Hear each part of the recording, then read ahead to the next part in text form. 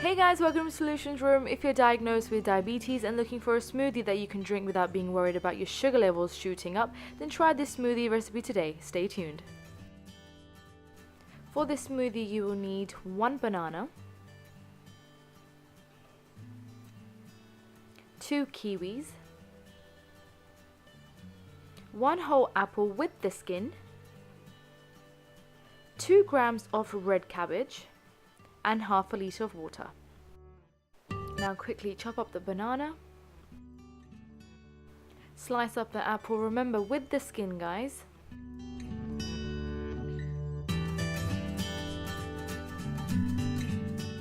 Peel the skin off the kiwis and chop that up too.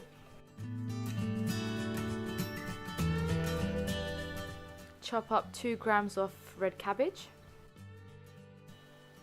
Now put everything in a blender together.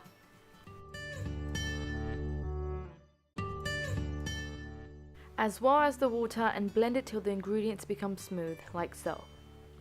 The ingredients that I've shown you are available at any time of the year at any superstore, so you have no excuse not being able to make this smoothie.